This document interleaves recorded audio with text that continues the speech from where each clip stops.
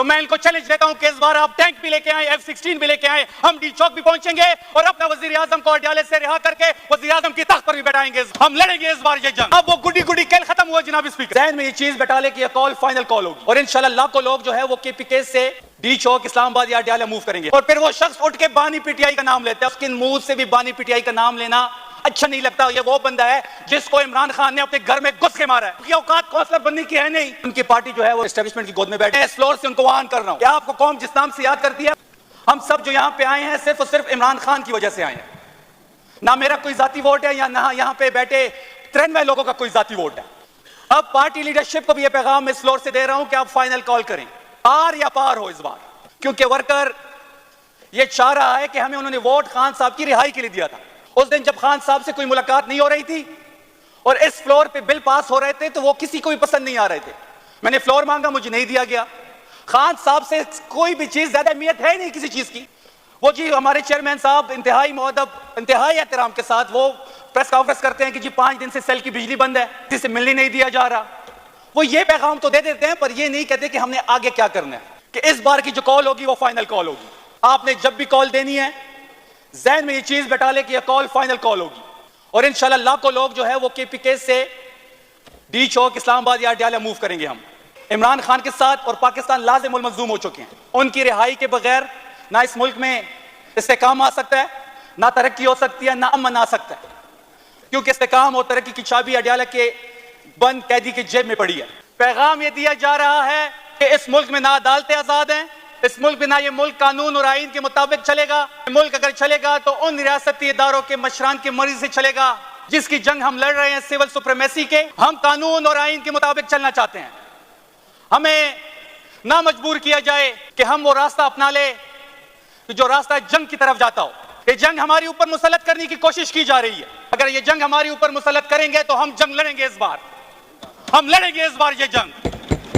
800 container انہوں نے لگائے تھے, رینجرز کو انہوں نے طلب کیا تھا, باقی اداروں کی فورسز موجود تھی. جب قافلہ KPK سے جا رہا تھا ڈی چوک تو میں ان کو چیلنج دیتا ہوں کہ اس بار آپ ٹینک بھی لے کے آئیں, F-16 بھی لے کے آئیں, ہم ڈی چوک بھی پہنچیں گے اور اپنا وزیر اعظم کو اڈیالے سے رہا کر کے وزیر اعظم کی تخت پر بھی بیٹھائیں گے اس بار. اب وہ گڈی گڈی کھیل ختم ہوا جناب اسپیکر. اب ہمیں مجبور کیا جا رہا ہے. جب ہم آگے بڑھتے ہیں جہاں پہ KPK کی حدود ختم ہوتی ہیں وہاں پہ خندق کی کوڑ دی جاتی ہیں, وہاں پہ کنٹینر کھڑے کر دیے جاتے ہیں.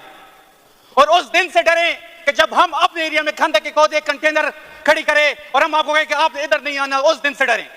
ہم ہر چیز قانون اور آئین کے مطابق کرنا چاہتے ہیں, لیکن ہمیں بار بار یہ پیغام دیا جا رہا ہے کہ یہ ملک ان کی مرضی کے مطابق چلے گا, لیکن یہ ملک اڈیالہ میں بند اس قیدی کے سپرویژن کے مطابق چلے گا جو اس وقت کروڑوں عوام دلوں کی دھڑکن اس کے ساتھ دھڑکتی ہے. ہم انشاءاللہ یہ جو کاروائی پچھلی رات کو ڈالی گئی ہے, اب دوسرا یہ مذاق بن گیا ہے کہ جب بھی یہ کاروائی ڈالتے ہیں تو رات کی تاریکی میں ڈالتے ہیں, اور رات کی تاریکی میں صرف ڈکیتی ہوتی ہے.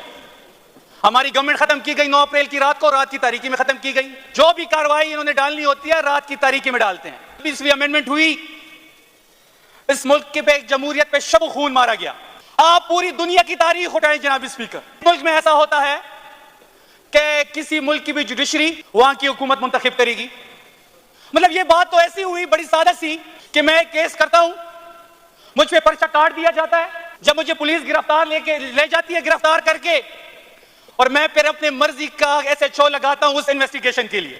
جب میں اپنی مرضی کا انویسٹیگیشن کے لیے SHO لے کے آتا ہوں, کیا وہ خاک انصاف کرے گا؟ تو حکومت اب جو بھی کرے وہ اپنے ججز لگائے گی, اور تو کیا وہ جج جو حکومت کا لگایا ہوگا وہ خاک انصاف کرے گا؟ حکومت کی جو بھی ضابطیاں ہوں گی.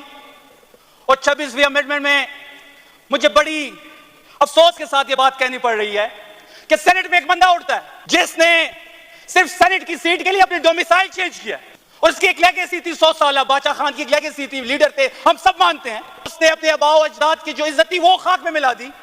صرف ایک سینٹ کی سیٹ کے لیے اس نے KPK کا ڈومیسائل چینج کر کے بلوچستان کا ڈومیسائل بنایا, اور اس کے اوپر کچھ دن پہلے تک وہ اینٹی اسٹیبلشمنٹ کا بیانیہ جو تھا وہ بنا رہا تھا, فوج کے خلاف بات کر رہا تھا. لیکن اچانک ایسا کیا ہوا کہ راتوں رات اس نے اپنی قیمت لگائی, اور پھر وہ شخص اٹھ کے بانی PTI کا نام لیتا ہے. اس کے منہ سے بھی بانی PTI کا نام لینا اچھا نہیں لگتا. یہ وہ بندہ ہے جس کو عمران خان نے اپنے گھر میں گھس کے مارا ہے, اپنے گھر میں اس کو الیکشن کی میں ہرایا ہے. اور میں ابھی بھی کہتا ہوں کہ آئیں مقابلہ کریں میدان میں, وہ پشتوں میں کہتے ہیں راشا میدانیشا سے پتہ دے لگی. اور آپ کے مقابلے میں ہم تحریک انصاف کا ایک ادنا ورکر کھڑا کریں گے.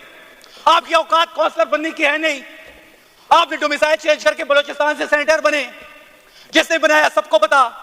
پھر آپ نے ایک بیانیہ بنایا اینٹی اسٹیبلشمنٹ والا, راتوں رات اپنی قیمت لگائی, اور ہمیں پتہ ہے کہ آپ نے کتنے پیسے لے کے 26ویں امینڈمنٹ میں اپنے آپ کو کتنے میں بیچا, ہم سب پتہ ہے, یہ سب کو پتہ ہے. نثار صاحب میں ہماری کولیگ ہے, روز اٹھتے ہیں, وہ حکومت پہ تنقید کرتے ہیں. وہ خود کہتے ہیں کہ ہم اینٹی اسٹیبلشمنٹ, ان کا بیانیہ اینٹی اسٹیبلشمنٹ کا تھا. اینٹی اسٹیبلشمنٹ کے بیانیے کی وجہ سے وہ یہاں پہ آئے. ان کی پارٹی جو ہے وہ اسٹیبلشمنٹ کی گود میں بیٹھ گئی. یہ وہی لوگ ہیں جنہوں نے 80,000 پختونوں کو بیچا.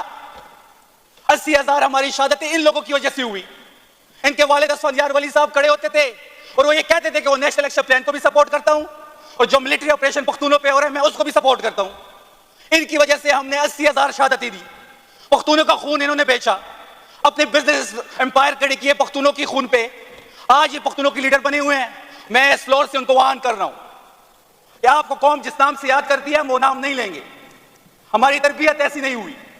ہم آپ کو وان کر رہے ہیں کہ اپنی منہ کو سنبھالیں. آپ اگر آپ آئندہ عمران خان کے خلاف یا اس صوبے کی چیف ایگزیکٹو کے خلاف بات کی, پھر ہم فلور پہ وہ باتیں کریں گے جس کو آپ سن نہیں پائیں گے. صوبے کی چیف ایگزیکٹو کے خلاف بات کی, پھر ہم فلور پہ وہ باتیں کریں گے جس کو آپ سن نہیں پائیں گے.